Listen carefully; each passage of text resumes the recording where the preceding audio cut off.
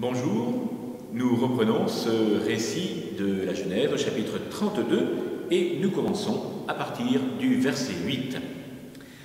Les versets 8 à 9, Jacob interprète la marche d'Ésaü en un sens hostile.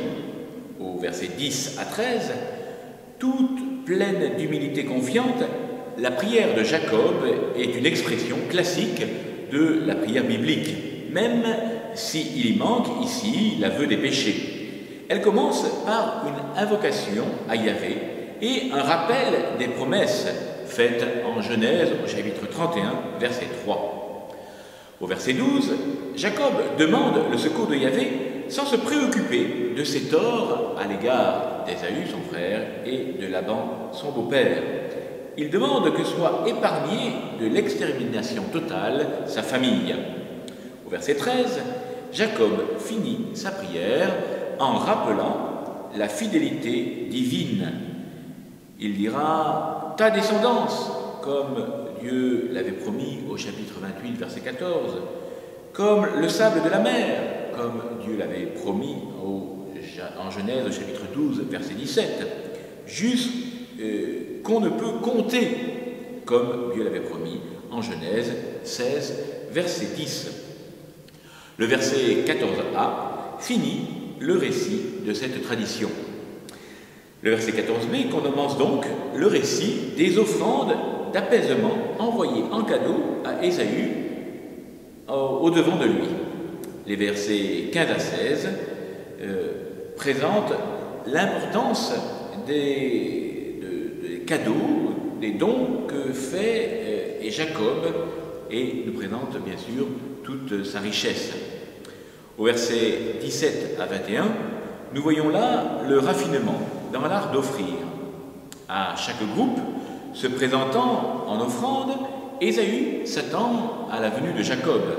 Et voilà qu'arrive un nouveau cadeau.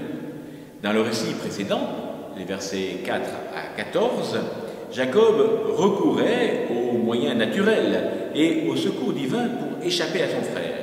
Ici, l'habileté et la ruse reprennent le dessus. Plus tard, nous verrons cela dans l'histoire du roi David avec Abigaï qui va agir de même en 1 Samuel au chapitre 25, versets 18 à 35. Alors que David s'apprête à venir tuer le mari d'Abigaï, celle-ci lui envoie des présents pour calmer sa colère. Les sages connaissent l'efficacité des présents. Nous voyons cela de très nombreuses reprises dans les Proverbes au chapitre 17, au chapitre 18 et 21.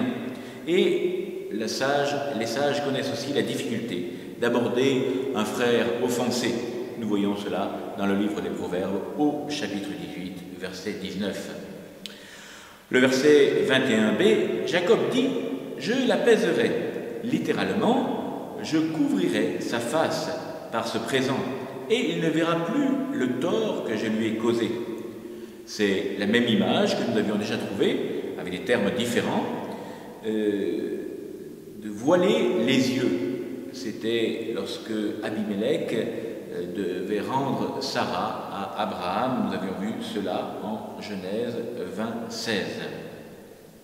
Le verset continue avec « Je paraîtrai devant lui ». Littéralement, je verrai sa face. Et me fera-t-il bon accueil? Littéralement, me relèvera-t-il ma face? Relever la tête de quelqu'un est un geste de bienveillance mentionné de la part du Pharaon pour son échanson ou de la part du roi de Babylone pour le dernier roi de Juda. Ainsi, Ésaü, après le septuple prosternement de Jacob, au chapitre 33, verset 3, nous le verrons, ces gestes sont au surplus tout naturellement ceux du Père au retour du prodigue. Nous voyons cela en Luc au chapitre 15, verset 20. Mais il y a là bien davantage qu'un simple geste physique. C'est surtout un relèvement moral qui libère Jacob de ses torts passés envers Ésaü en lui permettant de redresser la tête pour le regarder face à face et bien en face sans être désormais gêné par les vieilles querelles. D'où aussi, une fois la réconciliation acquise, un si vif soulagement qu'il exprime de façon hyperbolique. Au verset 22, Jacob envoie les présents et reste à Mahanaïm, le camp d'où partent les présents. Voilà, nous nous retrouvons demain pour continuer ce récit. Bonne journée à vous tous, restons bien en union de prière.